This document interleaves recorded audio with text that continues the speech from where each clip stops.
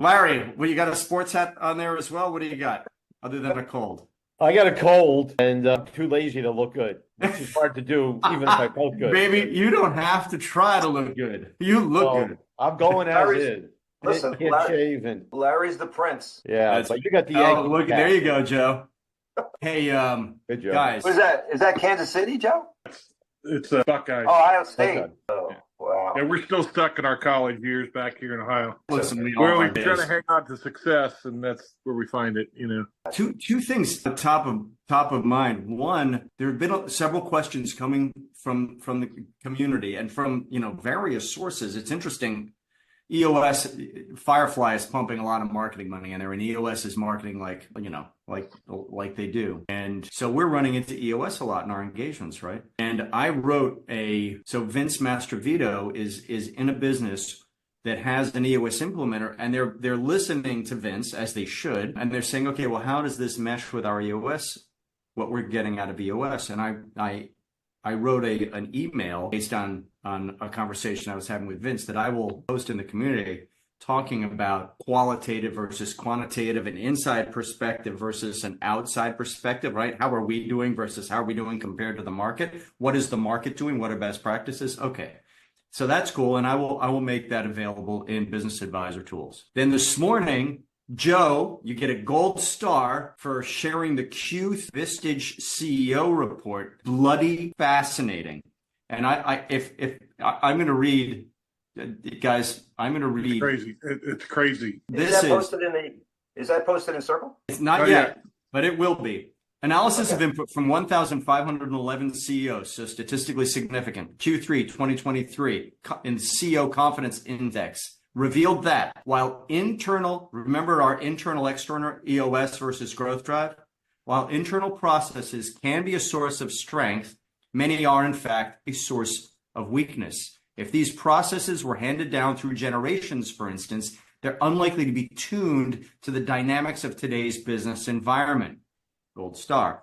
Applying a homegrown approach amid a disruptive business climate also creates the potential for big misses with bigger financial implications, because internal processes might lack vigor or overlook critical input. They can result in strategic plans that target the wrong goals or misallocate resources. I'm going to dance a jig. These plans can also make it harder for the CEOs to align efforts to drive customer growth and design operational plans that deliver on goals. New world, same old approach. 72% of the CEOs of these 1,511 cats are using an internally developed process for strategic planning. That meshes up, by the way, beautifully with what we learned working with American City business journals, where we discovered, I'd have to go back and pull the exact stat, but it tracks with the 72%. We're getting their competitive data, big rabbit ears, from anecdotal sources, meaning the tea box, the cocktail party. I don't even know where, talking amongst themselves. Guys, Joe, this is fantastic. There will be an article written about this, and thank you so much for finding it. So there's my I'll post thoughts. it. I'll go ahead and post it. If you have the link to the study also, Joe, that'd be super. So George, you're saying that the EOS system is that internal type? It is. It is. And Joe has a lot of experience with it. I've read the book, taught the book. So yeah, George, I was thinking as you're talking that I just started it this morning, but if you could create a matrix where and that's just not doing it justice, but where you have, okay, let's say strategic alignment, check the box EOS, check the box Growth Drive. Okay, then resource allocation, well, may or may not in EOS. It's not, let's just give it some credit, it does. But if you go down to risk mitigation, probably not. So you could do what I kind of consider to be an EOS. I'd like to recommend you go sort of a EOS plus type discovery model, because when you think about it, the people that have invested, even if it's a self-implementation, they're at least further along than people that are just coming at it flat-footed. Sure. So, I would kind of build on whatever they've done. And EOS is one business operating system out there, but the BOSs of the world are, and certain ones have better than others. but the trackability, one of those things that if you were to good, better, best, and we're considered to be a better or best, look at it from that perspective. So Does that make sense? Yeah, Joe, and to bring that full circle and answer Mike's question and pull in a conversation I was having this morning with Steve. Yes, if you're watching this, we do talk as a community this often. So Mike, is it an internal system? Yes. Your implementer comes and we're going to do okay, how do we see our vision? How do we see our mission? Then we're going to, what are the ideas to achieve? What ideas do we have that would go into creating strategy that are going to help us execute against the mission? There is little to no looking at the outside world, right? What are other businesses? I mean, people of course do that naturally, but as part of the system, that is not one of the check boxes, right? And then once we've had a navel gaze amongst ourselves, then we are going to create a strategy. And implementers are literally not supposed to bring advice into the engagement. So you have someone standing there who's very good. These are good facilitators. And that's what I said to Vincent. Hey, leverage the fact that this guy is well liked and a good facilitator, and use him, this happens to be a him, to facilitate these meetings, right? Leverage that goodwill. There's no reason for this person to be you're just bringing, to Joe's point, you're bringing a level of sophistication to the conversation. EOS is great for Main Street to lower middle market businesses, right? It doesn't really apply. It can apply in a macro sense to bigger businesses, but it's not sophisticated. It doesn't have the systems that a more sophisticated business needs. And I know there are examples of huge companies running on EOS. Those prove that, yeah, okay. Typically speaking, these are Main Street businesses. They're like Value Builder, right? These are good businesses, fabric of our economy. However, they are smaller. These are not $20 million companies. These are $1, $2, $3 million businesses, right? And EOS fatigue, while I'm on my diatribe, Steve checked in with, Steve, do you mind if I out you on this? You can stop me now. Go ahead. Steve checked in with a contact at Metronomics, another great system, right? And he asked, well, how long are your typical engagements? What was the answer, Steve? 3+ years. 3+ years, as we were seeing, right? As we are seeing, not the 14 months. I was just on. Oh, I'm meeting with him again later today. Guy who's, like I said, he's done 48 EOS implementations. He retained 5 clients, and he's like at the 1 year mark. It is. Thank you, and have a nice day. Churn. So, but George, can you compare and contrast the EOS with Growth Drive? I mean, you just said what EOS is, but now compare that to what's the difference? Because I'm slow here, so you got to talk to me like I'm in the 3rd grade. So what's the difference between EOS and Growth Drive? Anytime a guy says he's slow, you can bet that he's the smartest guy at the table. No, I'm not. I'm just trying to get my head around. Intelligent, I think this is the exception, George. The exception that proves the rule. Well, he's at the beach.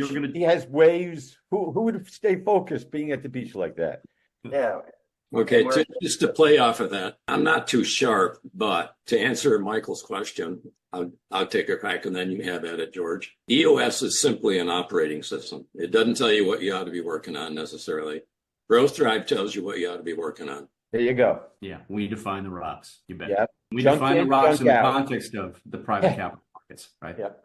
Junk in, junk out. They don't know, to Steve, to your point, what those rocks should be, right, George? And we got it all laid out. The questions become the rocks. They become the best practices. And well, okay, guys, just one of the most successful management systems in recent years. Let's be honest, they're very successful. Oh yeah. So the problems we're trying to solve are related to accountability, vision, mission, and the simplification. How simple they've made it for adoption. And it's basically addressed the lower cap part of the market that doesn't get the attention, and oftentimes it plays right into the DIY guys. Yeah. Okay, so they're addressing a major hole in the overall strategic planning world where there's resources. Unless you're doing a certain amount of volume, it's hard to engage an external or justify the engagement of an external facilitator. So in its sense, they've simplified. Gino Wickman is just brilliant individual. I've met him.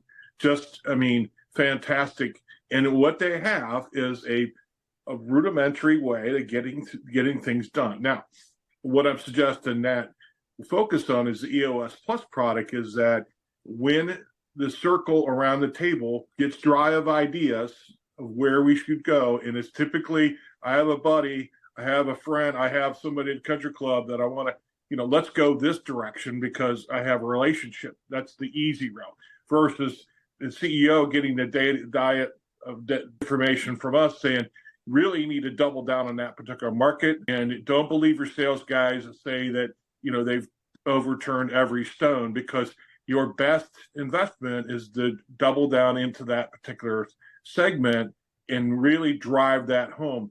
You're not going to get that from around the table. They tend to kind of go for the easy out. You as the owner need to be bringing in new ideas, fresh ideas to the team. And what it does is has a way of blocking the owner and the integrator. The integrator is set up to be the shield for the organization. So we pop our heads up every 90 days. We look around, look back, pat ourselves in the back or slap ourselves, whatever. Going forward, next 90 days, the whole team goes back underwater and goes to work. The CEO is, by design, is unable, although they do, bring in new ideas until the next 90 days. So the pattern of behavior, we're trying to change the disruptive patterns of the CEO, constantly training. In the worst case is the little Neros, is that they get totally bored with, hands off and the business is running by itself, matter of fact. And, oh, by the way, this is what we try to encourage. So we got to be careful. How do we set the systems up in which to protect the organization from the little Nero owner who, come into the meeting with 20 ideas and only one is really good. So how do we help them filter out all the noise and then approach the leadership team with a more thorough and thought out plan that, oh, by the way, benefits him, but more importantly, you were able to communicate how it benefits them, because that's the heart of the EOS. It's really a matter of getting your leadership team to see why, and the whole organization itself to see how all their efforts, come up to one in alignment. And so with all that said, it's a plus product. And I think we really got to stick with that. If you have a business operating system in place, it's very, very complementary. We could add in some structure, but we're going to need a tool somewhere along the line to help us manage the process on the back end of the implementation. Now, Joe, if I could summarize what you just said, and I totally agree, the Vision Traction Organizer is a great focus maker, right? It is a terrific tool with all earned respect. All due respect is kind of bless your heart. With all earned respect to Gina, right? The VTO is a great tool, and it gives us permission, and it gives a disciplined CEO permission to say no. The shortfall, and the point you're making is a very good one, right? If you have a business operating system in place, we're not saying get that out and bring this in. We're saying, okay, well, Growth Drive asks, what's going well? What's going poorly? What's going well from the perspective of the market? What's going poorly from the perspective, internal or external? We're going to hold you accountable to a higher bar, not simply to your own bar. And I would also add, although they are talking more and more about value, that growth drivers focus on transferable value as the ultimate measure of business success. So it's profits within the context of their contribution to the value of the business. And Joe, everything you just said is absolutely spot on. We're not saying, that the EOS implementer is a witch that needs to be burned. Not at all. Yeah. They are caring, well-trained individuals. These are smart people that, I would compare and contrast. I will put a list of EOS implementers against a list of growth drivers. And we tend to be lifelong learners with a long career of advising and or operating businesses, which is less true, but less true of EOS implementers. It does not mean they're stupid or uncaring or ill-trained at all. It's a good system. We layer a whole lot on that. We're saying, okay, listen, here's how I might answer it. What do the public companies do? If they're the best of the best, right? Public companies get outside advice. They look at the market around them. They are transparent. They are aligned. They motivate their senior leadership team. They do all of these things right. If it's good for public companies, they're not These aren't unicorns, right? These are businesses that started with one person with an idea and became, worked their way to being able to go public. If the things that they do and the billions, literally, they spend on outside advice every year, we completely accept as the way to go, why the heck does that not apply to private business? Why wouldn't that apply to private businesses? Why the hell wouldn't we be going out and getting outside advice? So please, Mike, Steve, Larry, Joe, Well, no, jump in. Steve was first. Okay, so I'm one of those lifelong learners, and for the past 10 years, I've been churning through different consult advising systems and blah blah blah. And I think I have now arrived where I'm semi-satisfied. But it's the truth is, with all this stuff, I'll use a couple of, in the land of the blind, the one-eyed man is king. Or if a bear is chasing you through the woods, you don't have to run faster than the bear. You just have to run faster than your buddy. Yeah. Doing anything, even if it's imperfect, is going to help. Chances are it will help your business to some degree. So if EOS or scaling up or XYZ isn't perfect, it's still going to, not always, but chances are it's going to be better than doing nothing. So, guys and gals like me chase the shiny object or the holy grail, the perfect system. And honestly, all of these bring some value. It's just a matter of whether or not you're satisfied with they're providing the optimal value. Got it. I thoroughly agree. Mike, go ahead, man. No, so can I change the topic a little bit? Please. Change the topic. That's it. I think you guys painted a good picture in my mind. I understand the difference now. Thank you for all that. But here's the thing I'm faced with. Maybe you can help me. Excuse me. I have a meeting tomorrow with one of a guy that's kind of a senior member of the PNC Wealth Division, right? Okay. PNC, and I'm also he's also bringing to the meeting his chief of lending. The guy goes out and gets commercial loans. So I'm meeting with both of them to talk about how we can work together. All right. So with that background, tell me your thoughts. What should I be? I have my own thoughts about this, but I wonder if you were going to that meeting and you were trying to establish some type of partnership with them. Tell me what that meeting would look like in your mind and how you would approach it. Michael, what do you think their expectation is? Why do you think they took the meeting? Well, one of the guys, I know, excuse me, one of the guys I know, he's an attorney and he works for PNC, but he's also a SEPA like I am. So he understands the value, the whole value acceleration methodology. He understands how that's important. He also understands that, they want to separate, because I've talked to them before. They want to kind of distinguish themselves from their competitors in the market, saying, we're going to help business owners work on their businesses and help them make their business more valuable. But they've told me, and he's not the only banker that has told me this, they cannot do what we can do in Growth Drive. They don't want to do it. They can't do it. Too much compliance. They just don't want to do that. But they will bring people in, right? They will work with other people, to bring that value to their clients. So I think they're trying to figure out, how we could do something together. Okay. I think it's really what we just talked about with EOS brings an organized mind to the table. Business owners, our partners, need to understand, just like you asked, what's the difference between EOS and Growth Drive? They need to understand how does that bouncing ball go from here to here? How do you help us with our clients grow their business? And we have that model. And sometimes in all our conversations, and George, we're so close to it, we forget, but we bring organization to the process of helping a business grow. We help a business analyze the business, and we have tools for doing that. And we can do that even deeply to really understand what gaps in helping a business achieve its growth goals and increasing its value. Mm-hmm. We help design the plan that will get them that growth, and we have tools and coaching to help them execute to ensure it happens. And I would stay in that simple, organized space that allows us to take everything we do, talk about, and have, and apply it to help businesses grow. And I think if you're PNC Wealth Management, just heard that simple box organization. Then from there, you could say, if you want, I could give you the details of how all that works. But just keep it framed so they like, okay, I see you bring an organized approach of analyzing, designing, and executing. Yeah. And it's proven. It works. It works.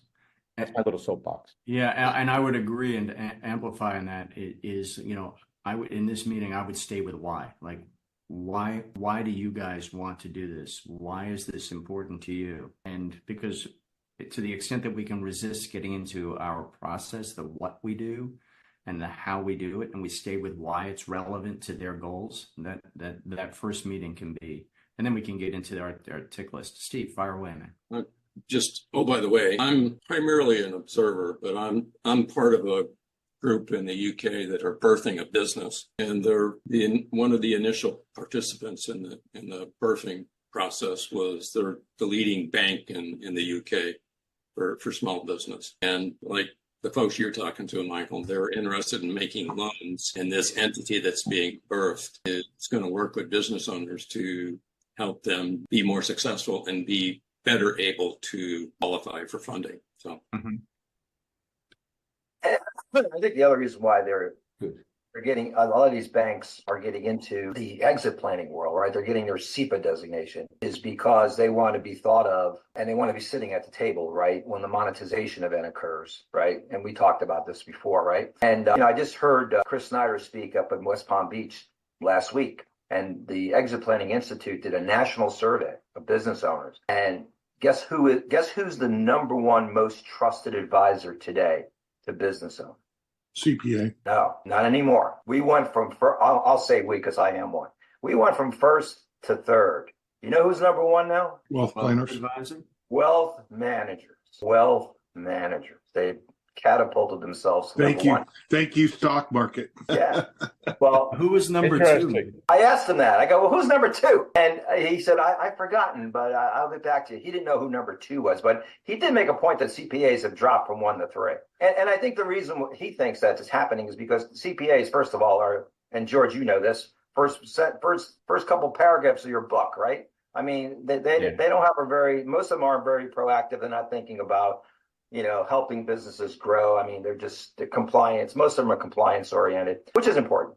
But I think the wealth managers are now taking the ball and saying, look, I want to talk more about your business and help your business be more successful, which is now, it seems like it's paying off in terms of how they're viewed by the business community. I'm not saying that they really necessarily deserve that ranking, right? But they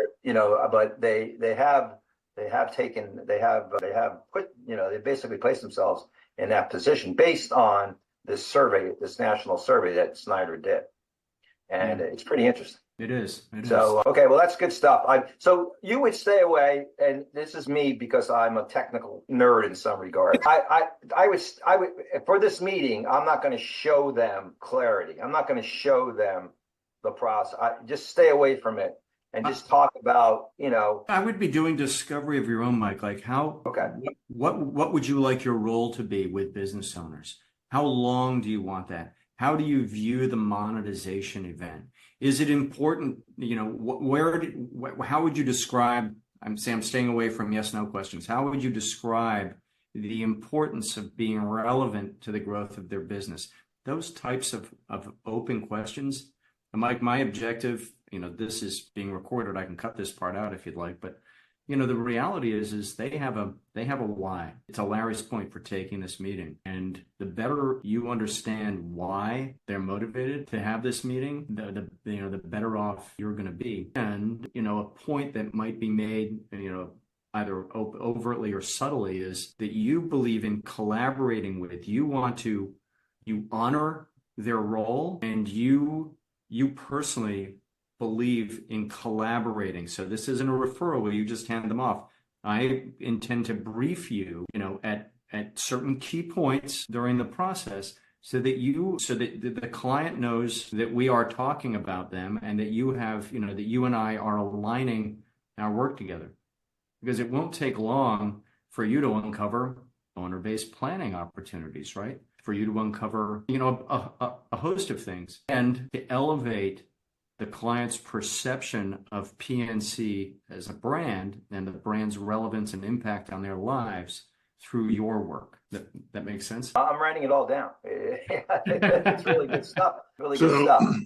I happen to have a meeting with a bank tomorrow. Also, a longtime friend, probably the last 4 years or so. We've been doing some networking, tried to bring that bank on board with a growth drive. Actually, I think it was value back before we had growth, the clarity tool anyways. But we stayed in touch, and I'm just having them, my ask of them is to host a meeting there at one of their places. You know, this is the classic model that we're following, has been recommended. And then, you know, have an invite that could be sent out, and it comes from both. In this case, it's Jim and myself as a co-sponsor of the event. Really kind of keep it very simple ask and nothing more than just let's do a little fun lunch and learn, or I think this is coffee and whatever Danish. So that's kind of what I'm doing, and really just the value is connecting to their potential clients, and then for them to give some value to them and thinking about them. It's another touch point.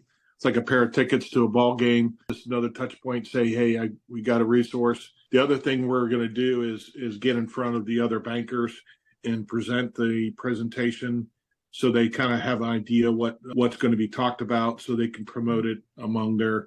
And we'll have a room that will handle 20 people. I'd rather have more like 10, but. Yeah. Any case, that's a pretty simple ask, and if you have that kind of relationship, sounds like you do. But this is a smaller community bank that has a little less, So George, I guess that presentation, and Joe, the one you're alluding to, is that akin to the CEO workshop thing that George put out there?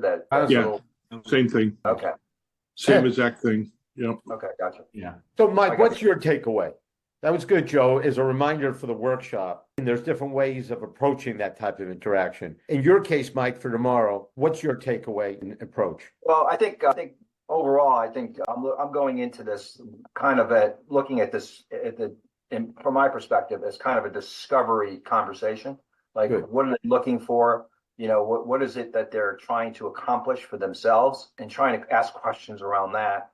And then to kind of, after I let them talk a lot, right? I'm gonna let them tell me what they're thinking of, and how they plan on using this SEPA designation, or this, they've gotten it and they're trying to figure out how to use it, right? I think that's what they're gonna, I'm gonna ask some questions around what they're planning on doing with it, and what they want to do with it.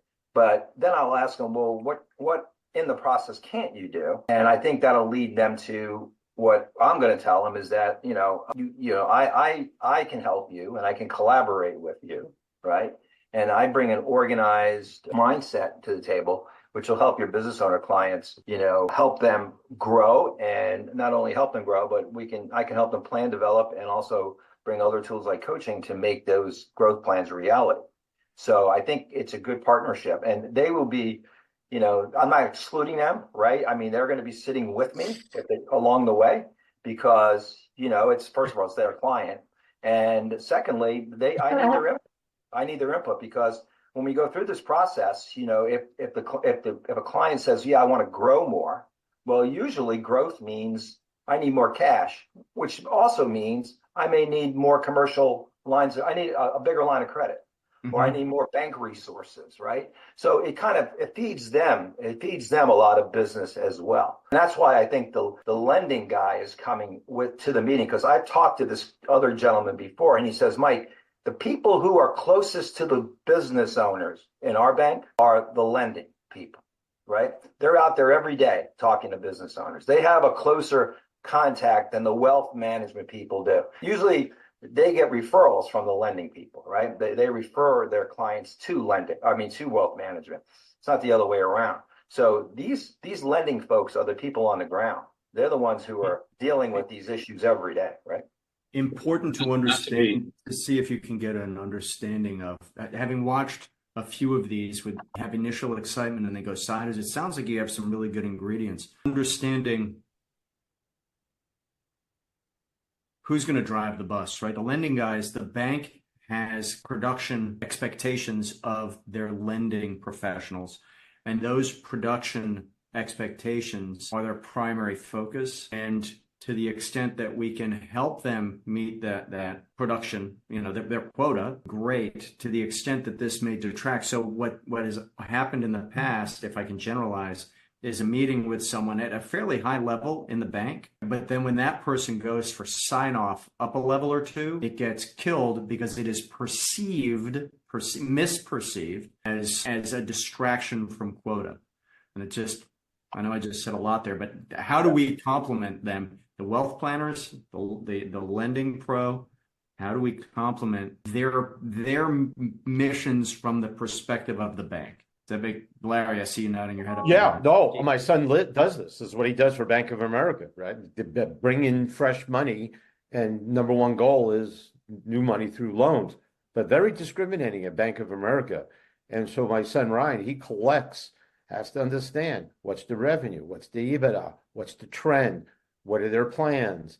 All of that gets fed into determining it, and he's at a smaller banking level, a business level. He's not at a larger.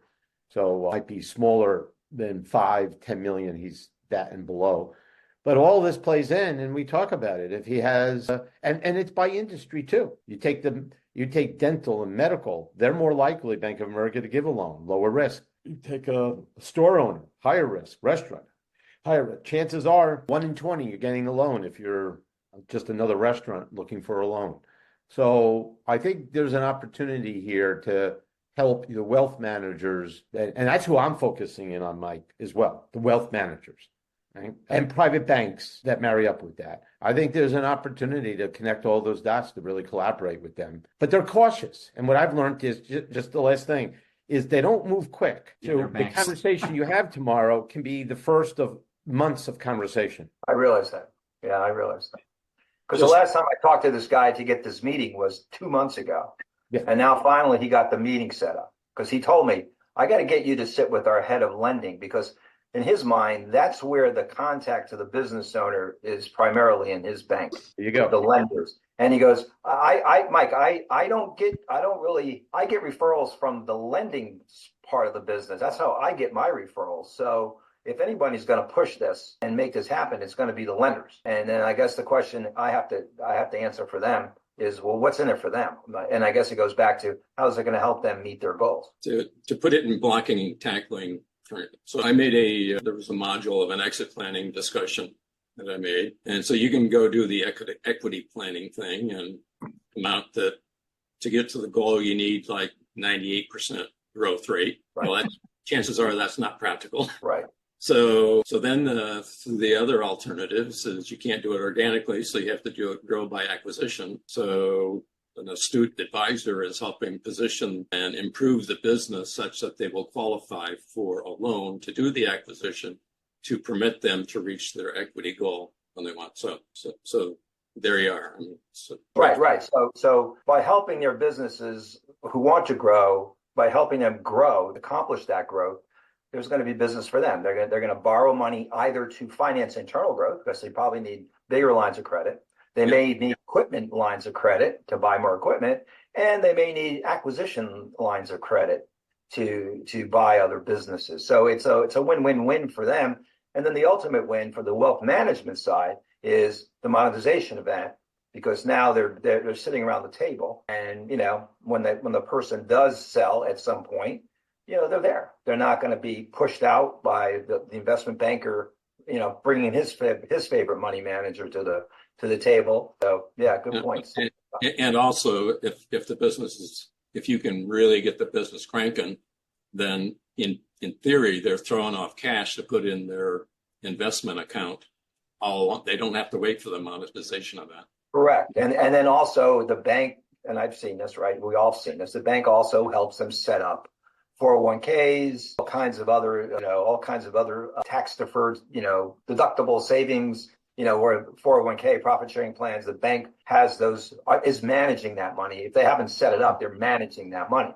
So the more money they can shift into that and other investments, it helps them as well. So yeah, there's a lot of ways. But all right, This has been really good. Thank you, guys. I mean, it's very, Yeah, very great discussion. illuminating. I was going to go in there and start with that, go over that like that again. I was going to dive into the weeds, but I'm not going to do that. Yeah. I mean, when I say the weeds, I mean, the program. Sure. Because being a technical, somewhat technical, I kind of gravitate to that, and that resonates with me. But I know it doesn't resonate with a lot of other folks. They rather not hear about the weeds yet. They want to see the big forest before they go down to the ground. Yeah.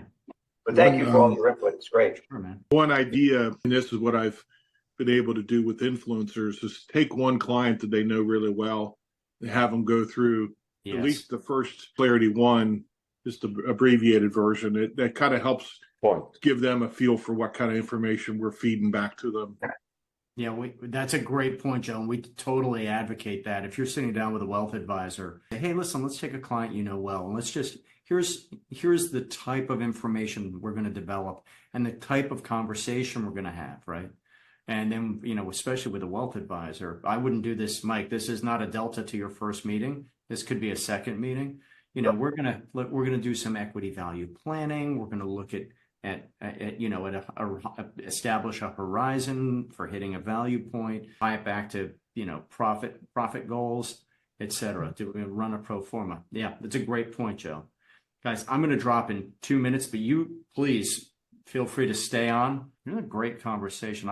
These get, those of you watching, thank you. These get watched very much on YouTube. So. I did post the Vistage survey Awesome. on Circle. So great. Is that the same one that Larry put in the chat? Larry, Sure. you put the Vistage Q3 in the chat. I put the Q4 report it's publicly posted, the CEO confidence trend report every yeah, that one came out. This one is a tad bit different, really talking about what resources you'd use for strategic planning. Oh, thanks, Joe. Good stuff. Yeah. All right, George. I've got to run. George, next time you can give us an update on the software and where it is, right? Oh, you're going to be hearing a little later this week, man. All right, thanks. Absolutely. Always more revs being released. All right, guys. Thank you very much. Have a great week. Guys. Thank you. Bye. Thank you, guys.